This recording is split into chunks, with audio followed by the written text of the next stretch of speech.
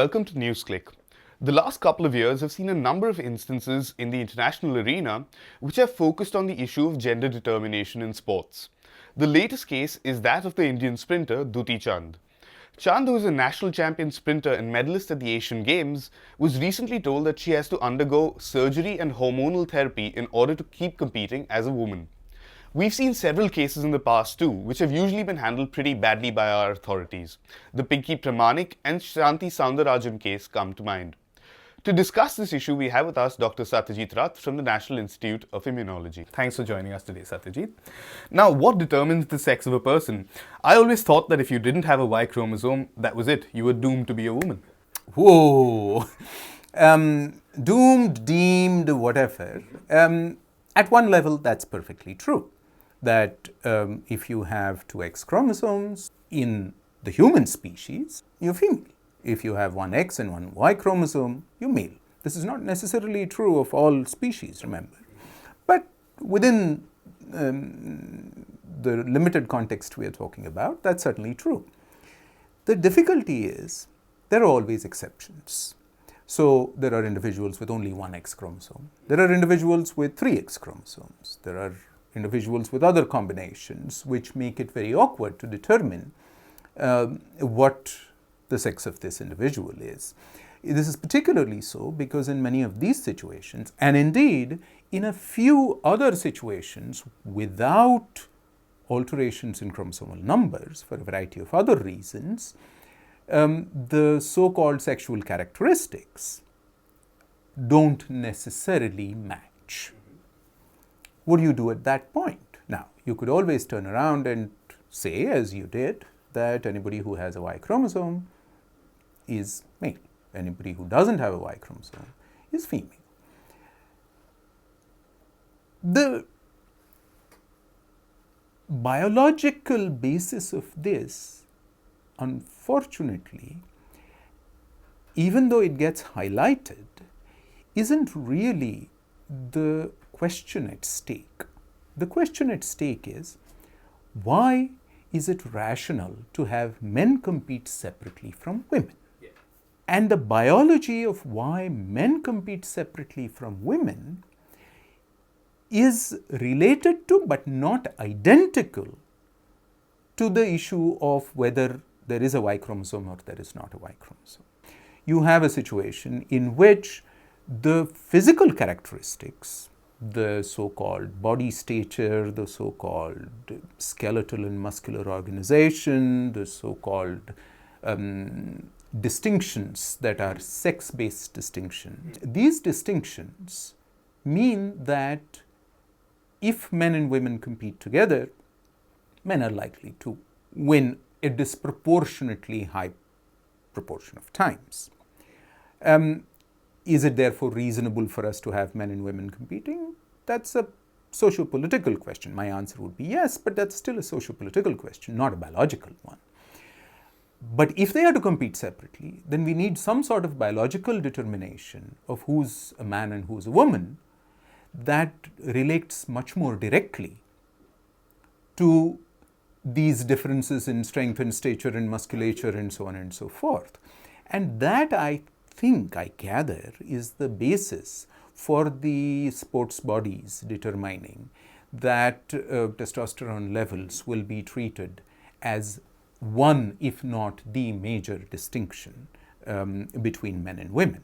Now, unfortunately, we will always have situations where individuals are unfortunate enough to be caught in gaps. And that's precisely what seems to have happened in Dyuti Chand's case. Now, you just talked about gender or sexuality in a sense being a continuum, and of law placing arbitrary lines here and there.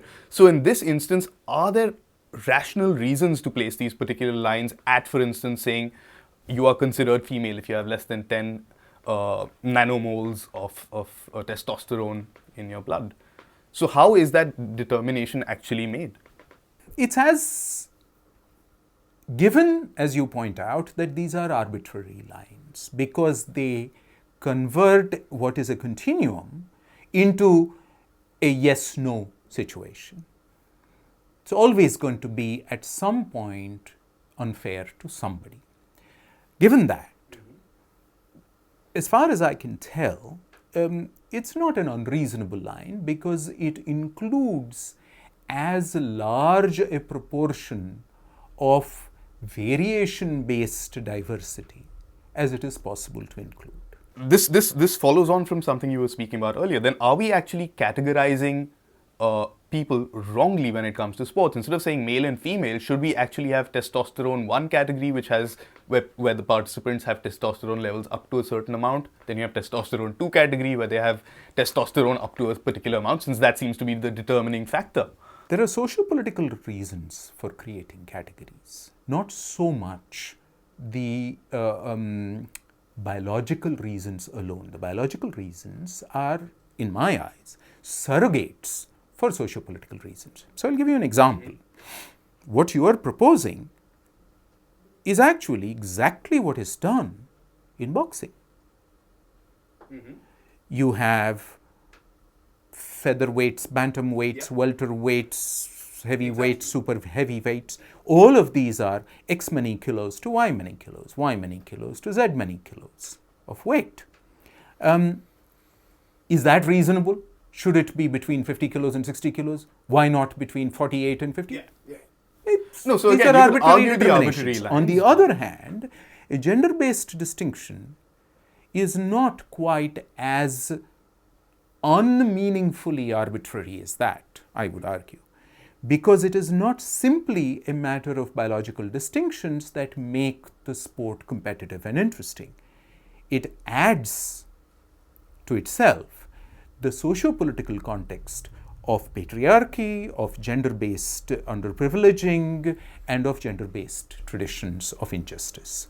And because of those, I think that it is important for us to make a distinction between categorization based on biology alone, which allows for competitive sports, versus categorization of the gender kind. We seem to be picking only amongst, well, specifically on the issue of gender. I mean, we don't discuss why Usain Bolt's legs are so long. Is it fair for him to compete with other normally, not with racers with normal legs, because it gives them a huge advantage? Similarly, Michael Phelps has tremendously long arms and flat feet and so on, which helps him to swim really fast.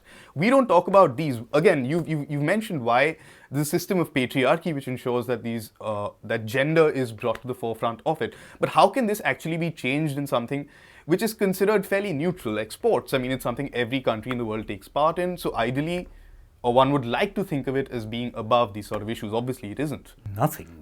Nothing is neutral in those terms. Clearly, gender distinctions in sports are anything but neutral. Let me remind you, in the classic tradition of neoliberal capitalism, let me remind to you with an example of money. In professional tennis, in the debate about how much prize money male versus female tennis players should get, a point that has been repeatedly made is that women tennis players should not get as much money because they're really not very good. And as part of, as a subcomponent of that discourse, there are comments where, well, really what they are is eye candy more than sport. We've had Sepp Blatter saying that female footballers should wear short shorts and tiny. In all of this, the point being made, using money as a surrogate, is that sports for society as an activity of consumption is anything but value neutral. So it's not surprising that this issue comes up in this context quite as much as anywhere else. What for me is deeply troubling in the Chand case is not so much the unfortunate situation that she finds herself in with regard to sports bodies and their regulations. That will play itself out the way it does. Now, unfortunately, that's all the time we have to talk to Satyajit today. Do join us again on Newsclick for another episode. Thank you.